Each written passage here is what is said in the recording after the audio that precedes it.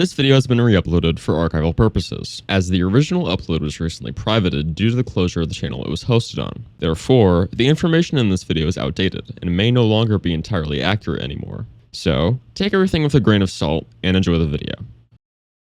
As most of you know by now, Mine-Imator's pre-release 5 has been released publicly as of this weekend, coming with a slurry of new features, mechanics, and an entirely new GUI. It can all be quite overwhelming. In this video, I will be going over everything you need to know about this new version as fast as possible. Be sure to watch till the end so you understand everything you need to get started. Simple mode.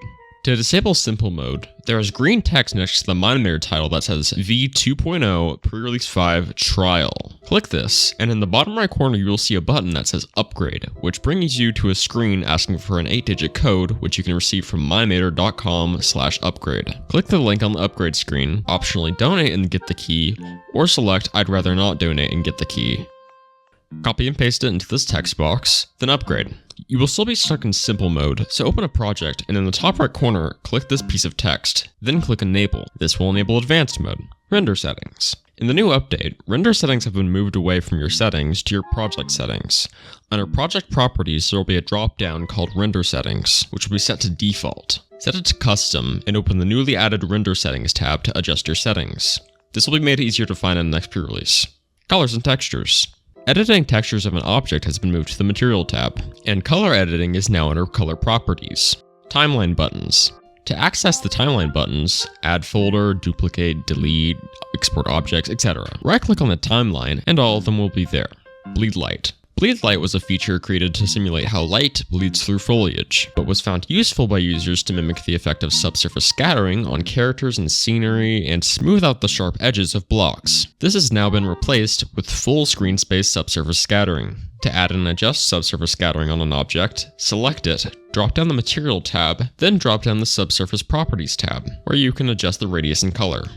Settings. Settings has been renamed to Preferences, and moved to the Edit drop-down in the top left corner of the screen.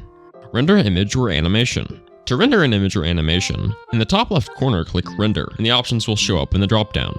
SSAO or Ambient Occlusion. SSAO has been renamed to Ambient Occlusion in Pre-5. You can find its settings in the render settings, and disable it on objects in the same place. Scenery. The Scenery importer has been moved to one of the top left corner drop-downs, under File, which is where you'll find an Import from World button. Render modes. There are now 3 render modes: Flat mode, Shaded mode, and Render mode. You are able to swap between Shaded and Render with F5, but these buttons can also be found in the top right of the camera window. If you have any further queries about Mine-Imator's new UI, features, and more, join the official Discord with the link on screen and in the description, and comment below so I can make a tutorial about it. Thank you for watching, and enjoy pre-release 5.